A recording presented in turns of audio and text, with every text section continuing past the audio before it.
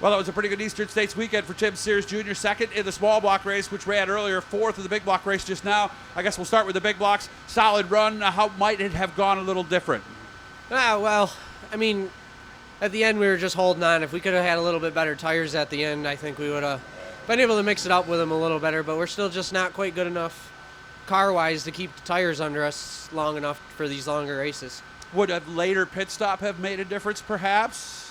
I don't know if it would have made much of a difference, but it probably would have gave us fresher tires, but we'd have been behind some better cars too. Well, of course, Stuart Freeze and Tyler Dipple were two guys who did pit. They ended up passing you. Was there any thought to coming in at 160 or 180 and changing the right rear? No, because we pitted right around lap 100, I think it was. Oh, that second long, okay. Yeah, so we pitted then, and we're just going to ride it out. We'll just see what we can get, and fourth is pretty damn good to I know. get at the end of one of these races. For never even racing the 200 lap here. I've never been here except for last year with Graham, and we didn't race a 200. But you did the 358 race instead?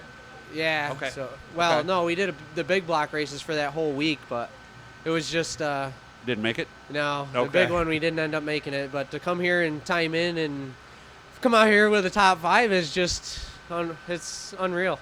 What did we do to the car? Anything differently than we would at some other tracks? To be honest with you, we just unloaded it out of the trailer, and it's been really good. We changed the shock and just played with some stagger, but other than that, we been pretty good. Okay. Tell me about the 358 race. Did you have a shot at it?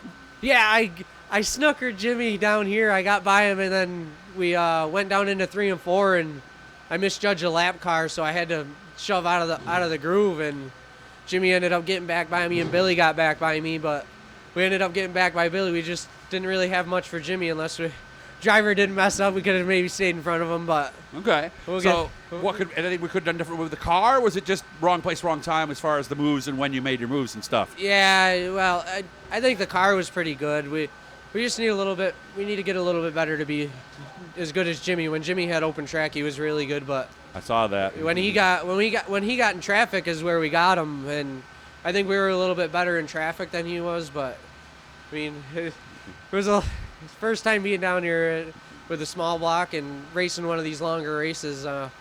It definitely was. It's one to remember, that's for sure. So if Tim Sears Jr. now went back in time to yesterday morning, said you're going to finish second and fourth, what would you have said?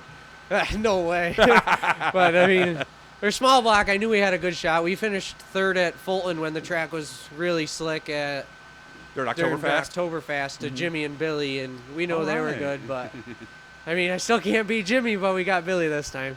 What's up now? Anything, or is we going to call it a season? No, we're going to call it. We're going to call it a year. I mean, it's the last probably 3-4 weeks we've done a lot of racing in the last 3 or 4 weeks, so we're going to call it a year. Probably a lot more than you would have thought of, probably about June, right? Yeah, about June. We still hadn't even made a race yet. We were just kind of waiting to see what happened, and then Tyler Bartlett started racing at Can-Am every week, and we just started going up there. Of course, you started going to Canandaigua now, so you got a good notebook there. Now we got a notebook here. Sounds like in the big picture, a lot of good things were accomplished this year. Yeah, I mean, that's the thing. We didn't race our weekly races, so at the end of the year, our stuff was still pretty fresh to come to these bigger races. So, I mean, I think fresh cars and fresh stuff means a lot. And, I mean, to come down here, this was kind of a little bit unexpected. Thank yous?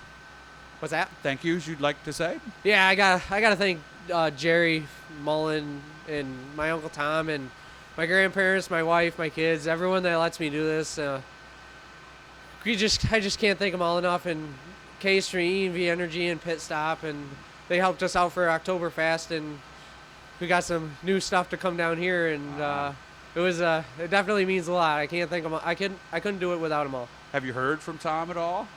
No, I haven't talked to him, but I see my dad's walking around on the phone. He's probably with her, right? I'm sure he's on the phone with him. Nice. Oh, I can still see him. He's smiling, so that's a good sign. Yeah, good to see you, man. Seriously, great run today. It was nice. One of the things I kept telling all these Orange County people is, if you don't know this guy, he's one of the better ones in Syracuse that not many people know about, but maybe that will change soon. Yeah, hopefully.